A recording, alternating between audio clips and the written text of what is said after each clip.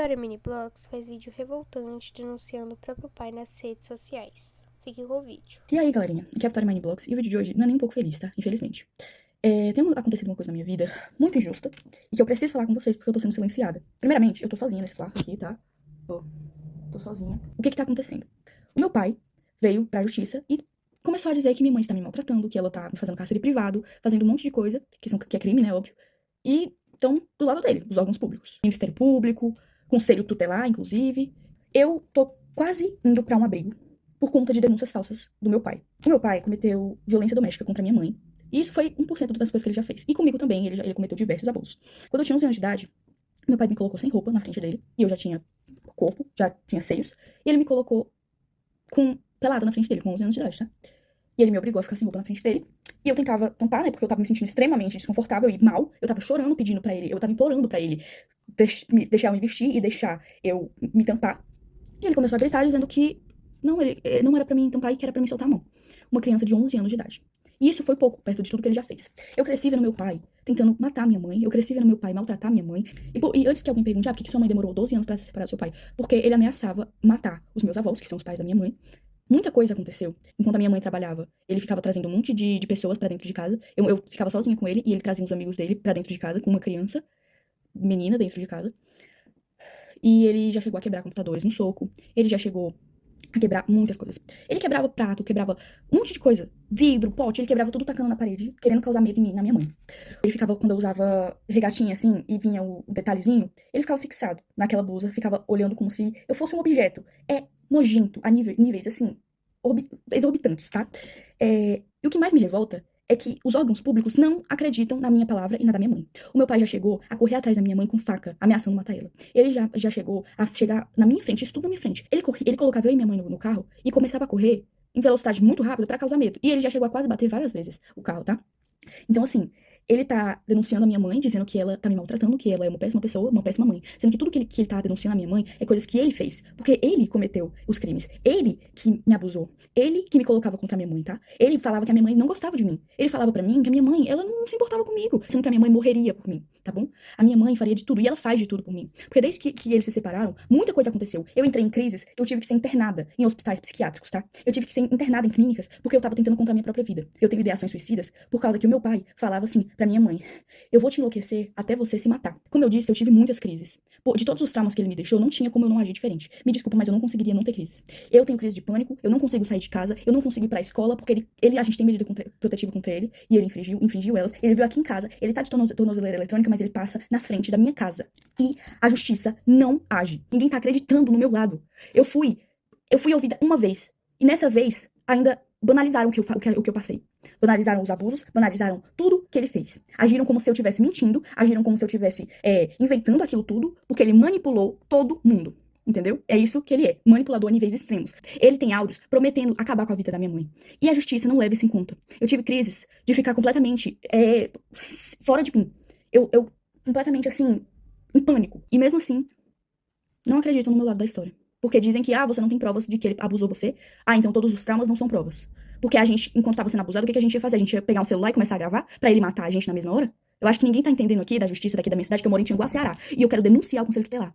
Porque ninguém tá dando voz às vítimas de verdade, estão dando voz ao abusador, entendeu? Porque o Conselho Tutelar dá informação pra ele, porque ele já foi motorista do Conselho Tutelar daqui de Tianguá. E ele tem essas amizades. E falam pra ele as coisas do processo que ele não poderia saber. Ele foi na minha escola, mesmo tendo medida protetiva. A minha mãe tenta ao máximo não falar como tá o processo, porque isso já me deu diversas crises. Um oficial de justiça veio na minha casa porque ele pediu pra tirarem a medida protetiva. Por que ele quer que a gente tire a medida protetiva? Porque ele quer ficar passando aqui, mesmo com tornozeleira eletrônica, ele continua passando aqui na frente. Ele quer fazer medo, ele quer torturar, porque ele ama isso. Ele ama torturar. Eu conheço o meu pai. Ele não é quem ele aparenta ser. Ele é manipulador. Então, assim, antes que pensem mas é porque ele tem algumas fotos de quando eu era pequena, ele tem alguns áudios de quando eu era pequena e quando a minha mãe ainda tava casada com ele, né? Como tipo assim, porque você demonstrava muito amor pelo seu pai, é óbvio. Eu era uma criança. Que criança que não vai amar o pai? Eu não entendia que o que ele fazia era errado. Eu não tenho nem palavras pra descrever o tamanho da injustiça que eu estou vivendo na minha vida e com a da minha mãe. Já não basta todos os traumas que ele causou, a gente ainda tendo que passar por tudo isso. Ele querendo a minha guarda pra quê? O que ele quer fazer comigo?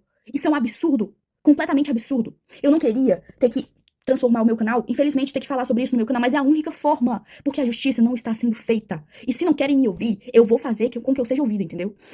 Então, assim, saiba, Conselho Tutelar, e Ministério Público. Que o que vocês estão fazendo é um absurdo. Vocês não estão acreditando na versão da vítima. Vocês estão preferindo escutar um abusador. Isso é um absurdo. Eu não tenho nem palavras pra descrever o tamanho do choque que eu tenho, tá?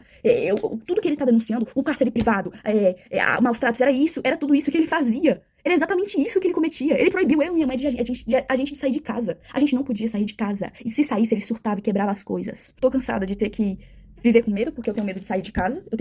Eu sinto como se ele estivesse me vigiando. Eu não tô indo pra escola, eu tô tendo que estudar em casa, porque eu tenho medo. Eu não aguento mais ter medo. O meu avô é mais pai do que o meu próprio pai biológico, tá? A minha avó é a minha segunda mãe. Eu tenho duas mães, a minha mãe mesmo e a minha avó.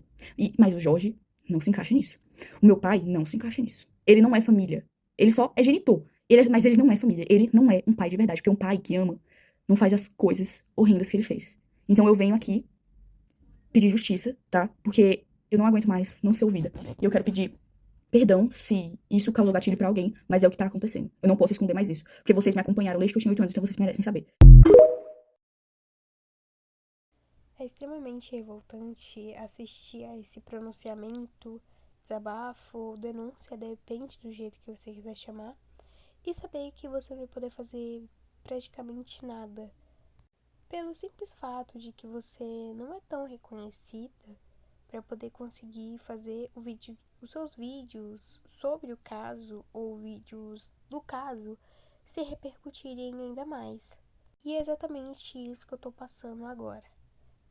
A Ana, como a gente pode ver no vídeo que eu coloquei, se vocês não conhecem, ela é uma youtuber de Roblox que gravava vídeos com a família, com a mãe dela e o pai dela, vídeos sobre jogos, né?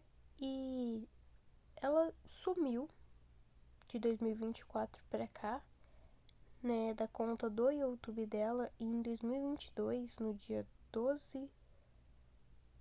31/12, na verdade, ela sumiu da conta do TikTok.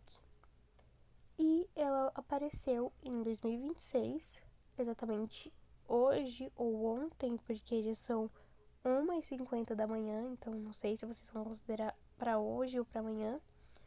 Ela postou esse vídeo que eu coloquei no começo e que me causa uma dor tão profunda, porque ninguém imaginava, ninguém pensava, ninguém nunca sequer cogitou em imaginar que ela estava passando por uma situação dessa. Eu tô fazendo esse vídeo para tentar repercutir, mesmo sabendo que não vai ter a visibilidade que deveria ter, porque eu tenho 4.000 inscritos, meus amores, que são vocês. Eu amo muito vocês, mas não é o suficiente para poder ajudar ela, que tem mais de 1 milhão no YouTube e quase 1 milhão no TikTok. Então, vamos tentar compartilhar, curtir e comentar, pessoal, para poder chegar em muitas outras pessoas, para as pessoas verem o caso dela, ver o caso da Ana e tentar ajudar ao máximo, porque eu não posso fazer muito. Mas se juntarmos muitas pessoas, a gente possa, pelo menos, mexer um pouco nessa situação. Ela disse que pessoas do Conselho Tutelar, que são meio que colegas do pai dela, estão dando informações dela pro pai dela, que não deveria estar acontecendo. E deveríamos pensar sobre isso, porque pode não só ela estar passando por isso, como muitas outras pessoas. E a gente tem que dar muita visibilidade nesse tipo de caso. Nesse caso de abuso, perseguição, ameaça e coisas do tipo.